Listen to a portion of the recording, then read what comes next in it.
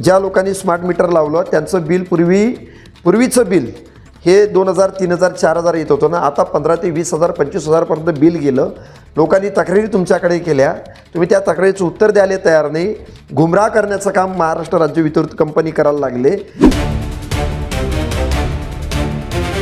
या सगळ्या भूमिकेवर MSEBीने जर कुठं सक्ती केली तर देवेंद्र भुयार ह्या सगळ्या सत्ता फत्ता गेली चुलीत, हे काही महत्त्वाचे आपल्यासाठी नाही आहे. मी ज्या अधिकाऱ्यांनी सक्ती करण्याचं काम केलं त्या सगळ्या अधिकाऱ्याचा बंदोबस्त मी योग्य रीतीने शिस्तीत मी केल्याशिवाय राहणार नाही. जर कदाचित तुम्ही स्मार्ट मीटर लोकांनी लावलं नाही तर हेच भारतीय जनता पार्टीचे कार्यकर्ते गावात जाऊन सांगणार आहे का तुम्ही ज्या लोकांनी स्मार्ट मीटर लावलं ते खरे देशभक्त, ज्यांनी स्मार्ट मीटर लावलं हे खरे हिंदुत्ववादी असं समजून सांगणार, आणि ज्यांनी स्मार्ट मीटर लावलं नाही हे देशद्रोही, हे पाकिस्तानचे, हे खलिस्तानी. मी 353 पूर्वी मायावर होत्या, त्याचं काही मला परिणामाची मी काही चिंता करणारा कार्यकर्ता नाही.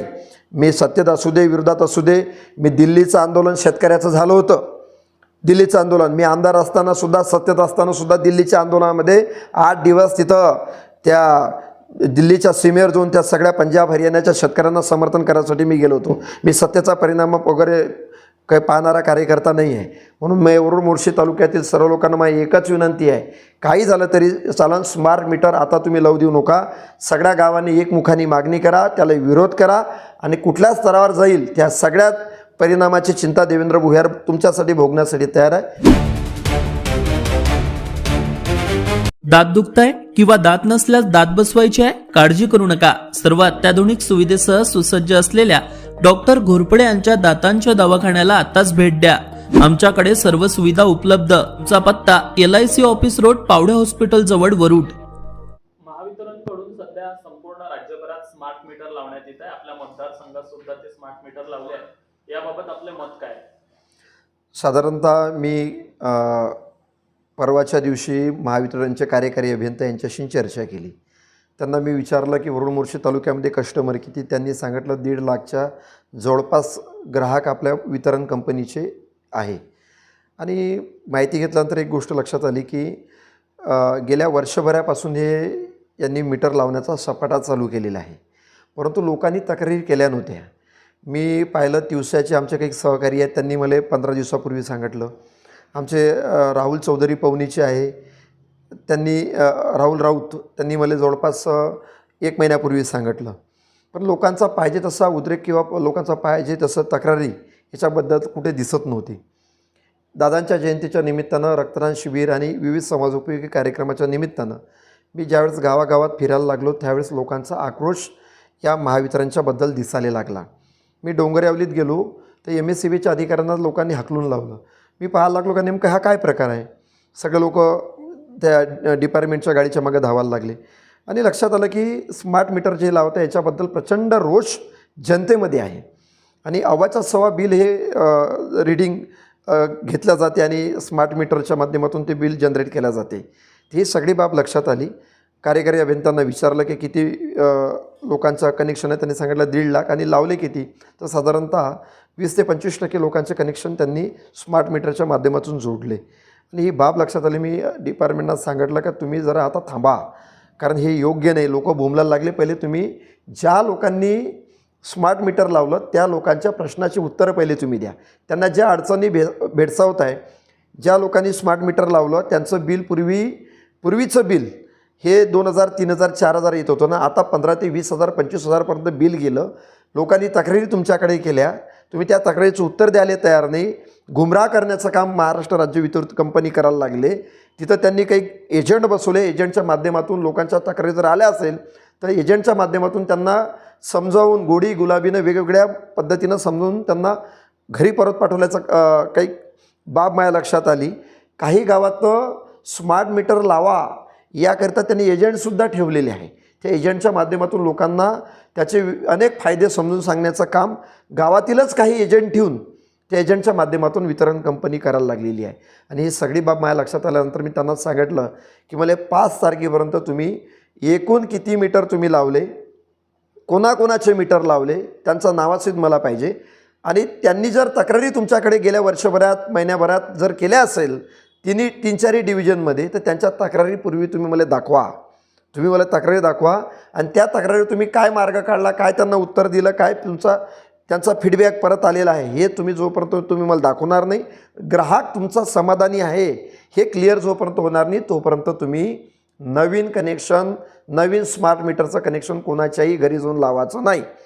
अनेक ठिकाणी मी असं पाहिलं की घरी जर बाई असेल तर त्या बाईला सांगायचं की डिपार्टमेंटचे अधिकारी जाते, घरच्या बाईला सांगते की बुवानं, तुमच्या घरच्या बुवानं आम्हाला कनेक्शन लावायसाठी सांगितलं, स्मार्ट मीटर लावायसाठी सांगितलं. म्हणजे घरच्या बाईलासुद्धा गुमराह करायला लागले.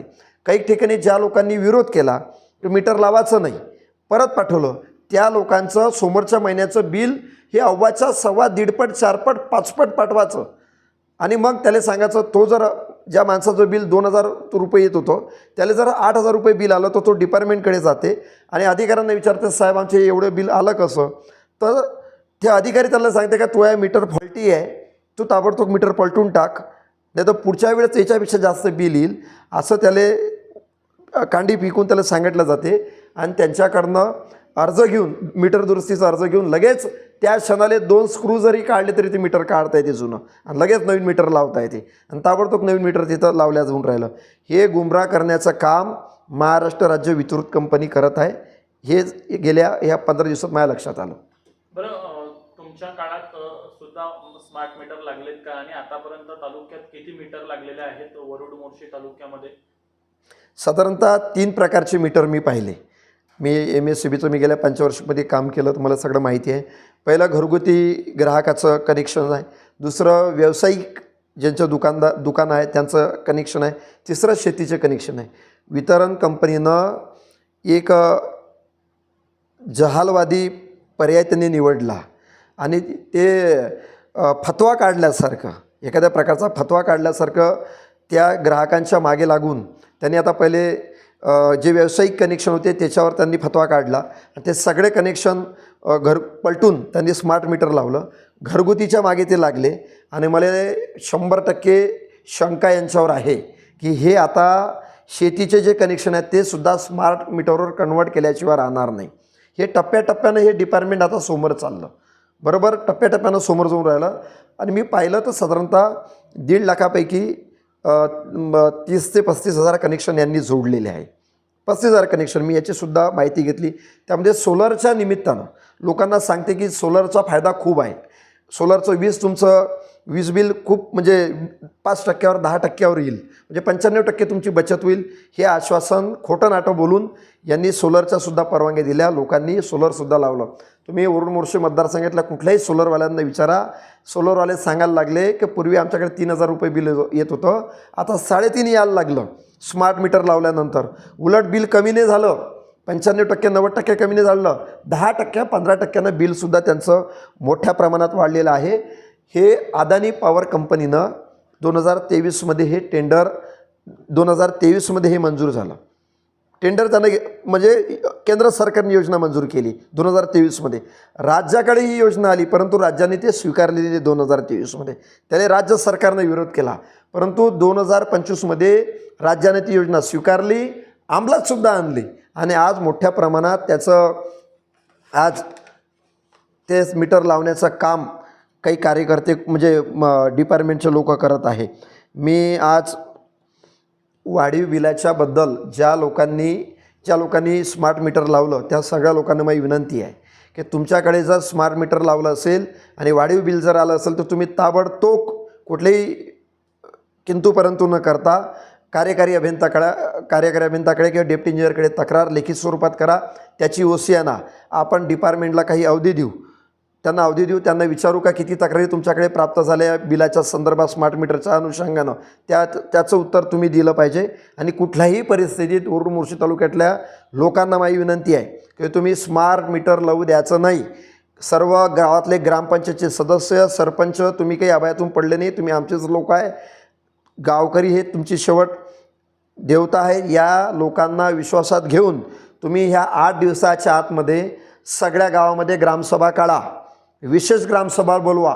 त्या अजेंड्यावर एकच मुद्दा ठेवा, गावामध्ये स्मार्ट मीटरला बंदी, असा अजेंड्यावर एकच मुद्दा ठेवायचा आणि तुम्ही सगळे ग्रामसभेमध्ये गावकऱ्यांनी सगळ्यांनी कामधंदे सोडून सगळ्यांनी आपल्या कामधंदे सोडून त्या ग्रामसभेला उपस्थित राहा. ग्रामसभेमध्ये ठाणेदारांना बोलवा, तिकडे महसूलच्या लोकांना बोलवा आणि MSCBच्या अधिकाऱ्यांना बोलवा. कारण ते तुमच्या जे ग्रामपंचायतच्या बॉड्या राहते त्या बॉडीमध्ये हे सगळे लोक तिथं सदस्य म्हणून त्यांची नेमणूक केलेलीच राहते. त्या सगळ्यांना त्यांच्या समित्या उपसमित्यासुद्धा ग्रामपंचायतच्या आहे, त्यांना बोलावून स्पष्ट निर्देश द्या आणि ग्रामसभेमध्ये एकमुखी ठराव मंजूर करा की आपण स्मार्ट मीटर गावात कुठल्याही परिस्थितीत लागणार नाही, स्मार्ट मीटरला बंदी, या पद्धतीचा ठराव गावकऱ्यांनी करणं गरजेचं आहे. जर तुम्ही ठराव केला ठीक, कारण हे स्मार्ट मीटर लावलं त्याच्यामध्ये जी माहिती मला मिळायला लागली त्याच्यामध्ये सूक्ष्म असा सेन्सरचा कॅमेरासुद्धा आहे आणि तुमचं आवाजाचं रेकॉर्डिंगसुद्धा होते. म्हणजे जे तुमची प्रायव्हसी आहे, तुमच्या घरात काय चालू आहे हे सरकारला पण माहीत पडेल, त्या अदानी अंबानीला सुद्धा हे सगळं माहीत पडणार आहे. कारण हे सगळं तुमच्या घरातलं म्हणजे एका इकडे दुर्भाग्य आमचं असं आहे की 1500 रुपये लाडक्या बहिणीच्या नावानं द्यायचे आणि भावाच्या खिशावरावर डल्ला मारायचा. हे धोरण जे आहे हे केंद्राने राबवलेलं धोरण आहे, राज्य त्याची अंमलबजावणी करत आहे. हे अतिशय साफचुकीचं आहे. मी ज्यावेळेस आमदार होतो याला 100% आम्ही विरोध केला, आम्ही स्मार्ट मीटर लावू दिलं नाही.